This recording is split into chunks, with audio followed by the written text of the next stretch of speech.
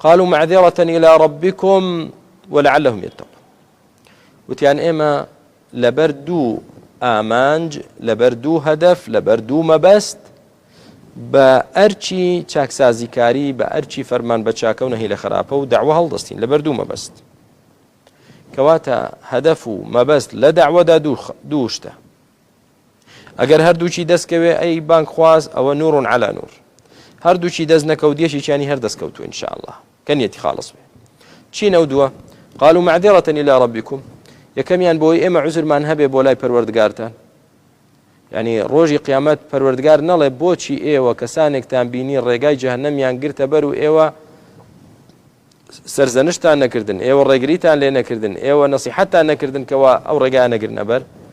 معذرة إلى ربكم ئەوە بۆ ئەوەی کە ئێمە عوزرمان هەبێ لای خوا. ئەی پەروەردگار ئێمە بە ئەرچی داوەکردن و فێرکردن و نەسیحەتکردن و فەرمان بە چاکە و نەهی لە خراپە هەڵساین، عذرت هەبێ لای خوا.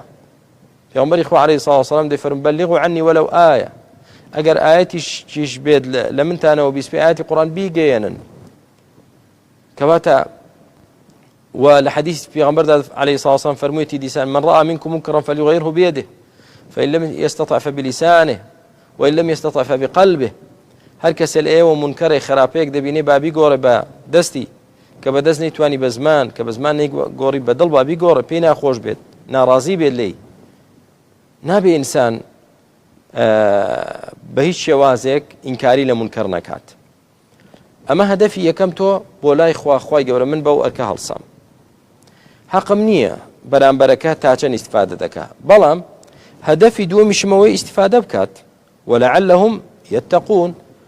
و بۆ ئەوەش کە ئەوانش کە من پێیان دەڵێم خراپە مەکەن بەشکو لە خوا بترسن و لە خراپە دوورکەونەوە خۆیان لە خراپە بپارێزن و خۆیان لە غەزەبی خوا بپارێزن. ئەوەش هەدەفێکی ترمانە بۆی ئەوان ئەو فاسیدانەش ساڵح بن. و ممکنیشە زۆر کەس بەهۆی ئامۆژگاری و فەرمانکردن پێی بە چاکە و نەهیکردن لی لە خراپە گەڕاوەتەوە الحەمدولله.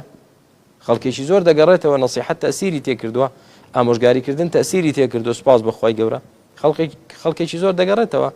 کەواتە تۆ مەڵێ من داوا ناکەم کاکە خەڵک خراپە و کەس بە قسەی کەس ناکا و زەمانێکە ئاوا و ئاوا من وەڵا حەقی کەسم نییە و بە کەس ناڵم چاکە بکە و بە کەس ناڵم خراپە مەکە و نابێ وابیت. پێویستە تۆ ئەمر بە چاکە بکەیت. جارێ لە خودی خێزان و مناڵ و عائلەی خۆتدا فەرمان بە چاکە بکە و نەهی لە خراپە بکە. اینجا لەناو خزمەکان و کەسە نزیکەکانت وأنذر عشيرتك الأقربين، اینجا لە جیران و دەوروبەرت، اینجا بەگشتیتە کە توانیت. بۆیە بەڕێزەکانم داعی دوو مەبەستی هەیە. ئەگەر هەردووچی شینەیەتە جێ، ئەگەر خەڵکەکەش بە قسەی نەکا، ئەوە یەکەمیان هاتوۆتە جێ کە چییە خوا من عوزرم هەیە لای تۆ کە من بە ئەرچی خۆم هەڵسام، بەڵام هیدایەت بەدەستۆیە و خەڵکە هیدایەتی وەرنەگرتووە.